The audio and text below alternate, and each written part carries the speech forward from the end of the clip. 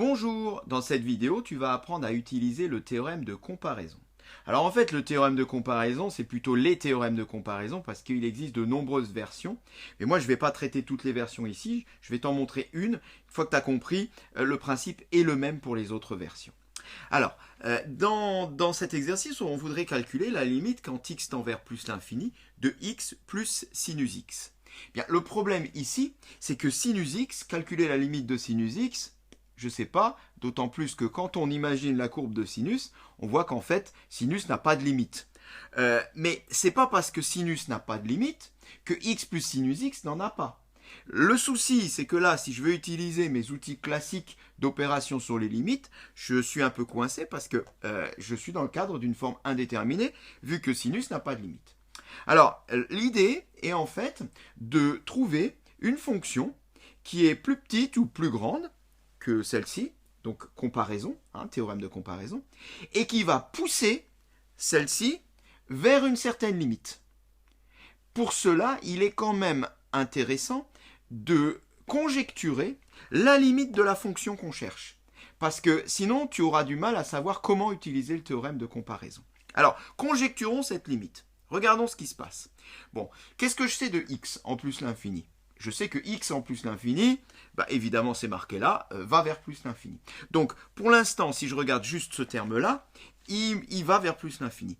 Qu'est-ce que je sais de sinus x ? Bien, sinus x, voilà, il fait ça. Et sinus x est compris entre moins 1 et 1. Donc, tu imagines, tu as quelque chose qui grandit, et tu fais que ajouter ou enlever au plus 1. Donc, ça pourrait faire un truc du genre qui monte comme ça.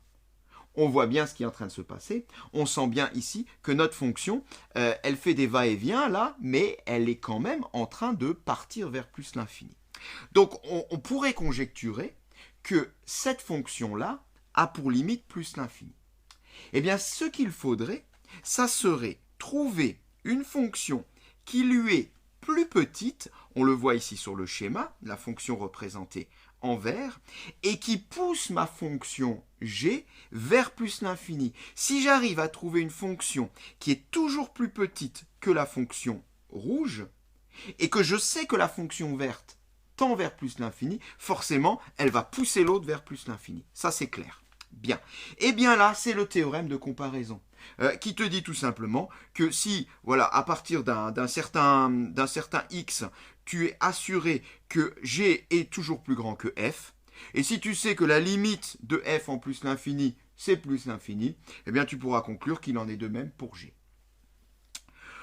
Autrement dit, ici, ce qu'il faudrait, ça serait trouver une fonction qui est plus petite que celle-là et qui tend vers plus l'infini. Cherchons une fonction qui est plus petite que celle-là et qui tend vers plus l'infini.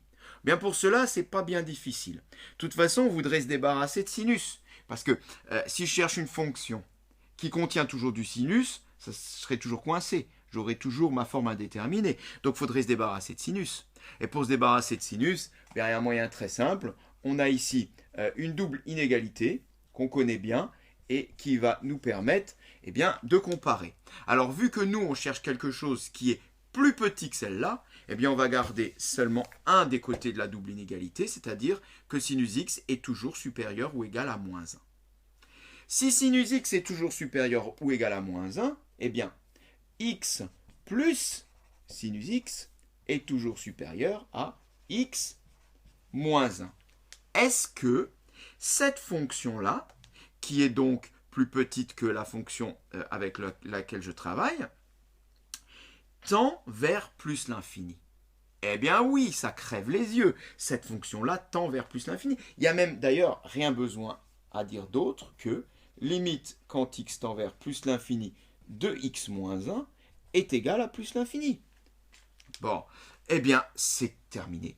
J'ai trouvé une fonction plus petite que ma fonction qui tend vers plus l'infini. Elle va la pousser vers plus l'infini. Et je peux donc en déduire, d'après le théorème de comparaison, que ma limite, quand x tend vers plus l'infini, de x plus sinus x est égale à plus l'infini.